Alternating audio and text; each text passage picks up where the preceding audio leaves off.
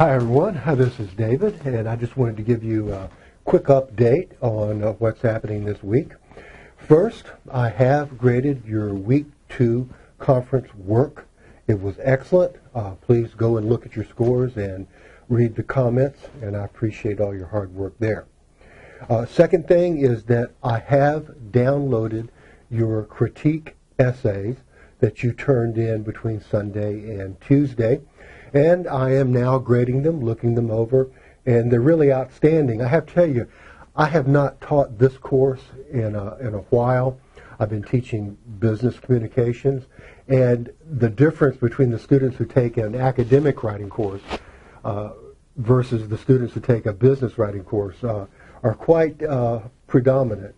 You guys are much more academically oriented, and I'm very impressed with your ideas and your writing. I always have major writing assignments graded and returned to you in 1 week. I strive to do it faster than 1 week, and I'm certainly going to try to get everything done by this weekend. So bear with me on that. 1 week at the most this weekend, I hope. Wanted to go over a few things with you in these in the Week 2 conferences. As you know, the first thing you had to do was to conduct a pre-writing activity. Pre-writing is simply everything that you do before you get ready to write that first draft. And so you looked at a video on a critique essay, you went to Writer's Help, and you kind of thought about and planned out a part of the book, Technopoly, that you wanted to respond to. That's all pre-writing, kind of warming up the engine, getting the gears moving. The second thing I had you do, and this was important, was to go through a thesis exercise to come up with your position on that particular area of the book that you wanted, or idea from Postman that you wanted to focus on. And I wanted to go through some of the things that you said. One person wrote the following thesis statement, and this is Colleen Marie Alford. She wrote, "The media war has an overpowering presence and influence on student learning and classroom management." And then she asked, "That seems so simple. Is it really that easy?" And I wanted to say to Colleen and to everyone else, yes, it is that easy. That is a perfect thesis statement. It's that central hub, main idea, main point, whatever slant, whatever you want to call it. And it should be able to be stated in a single sentence. And she did that very well. So yes, Colleen, it is that easy, and you did very well with it. I found this fascinating. These were 3 consecutive posts all about religion and technology. And so I wanted to show you how wide of a difference of reaction there can be to a single work. For example, here is Cindy Ann Thompson's thesis.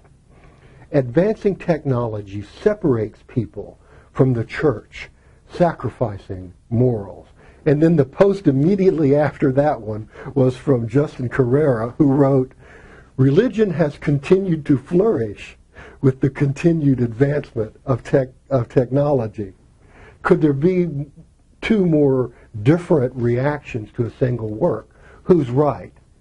Both of them are right. Reading a work is like looking at a painting. It's your personal reaction to it that matters, and it's your personal reaction that has to be defended in a logical way. And that's usually all that your professors want you to do, is have a valid reaction and defend it logically with good reasoning and evidence. Oh, by the way, it was also followed by Sarah Holshek, who wrote, and she kind of combines the two, "Although technology is growing at an exponential rate, religion continues to manage its flow of information and maintain a solid state of content." And Carlisha Williams wrote, "Technology has made a positive contribution to religious views and theory." So, as you can see, on this one idea, there can be a continuum of reactions.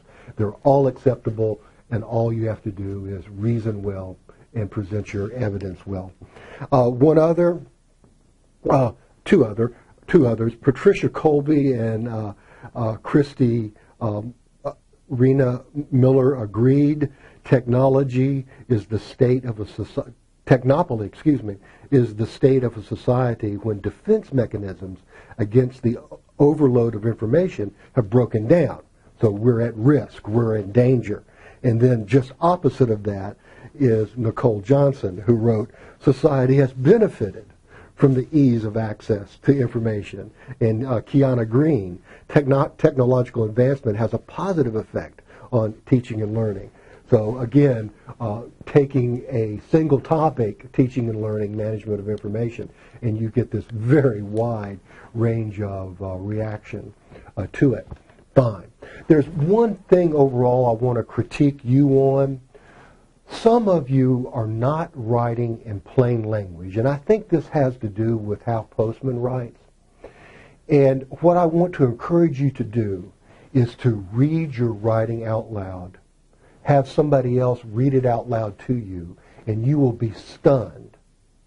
I promise you, if you've never done this before, you'll be stunned by how different your writing sounds when it's actually out there in the airways than it does in your head. Things that are constructions that are acceptable in your head, once you actually hear them, sound a little bit like gobbledygook. They don't make much sense. I want to urge you to write plainly, to write simply, and to write as much as possible like you speak.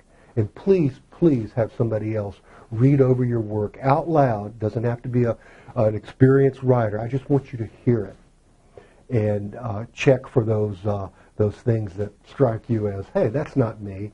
That's not what I meant to say. That sounds weird. That sounds odd. That doesn't make sense. And you'll hear it yourself. Okay, keep that in mind for your rewrites and also for your future papers. I'll let you go and get back to work on your annotated bibliography. Check with you later.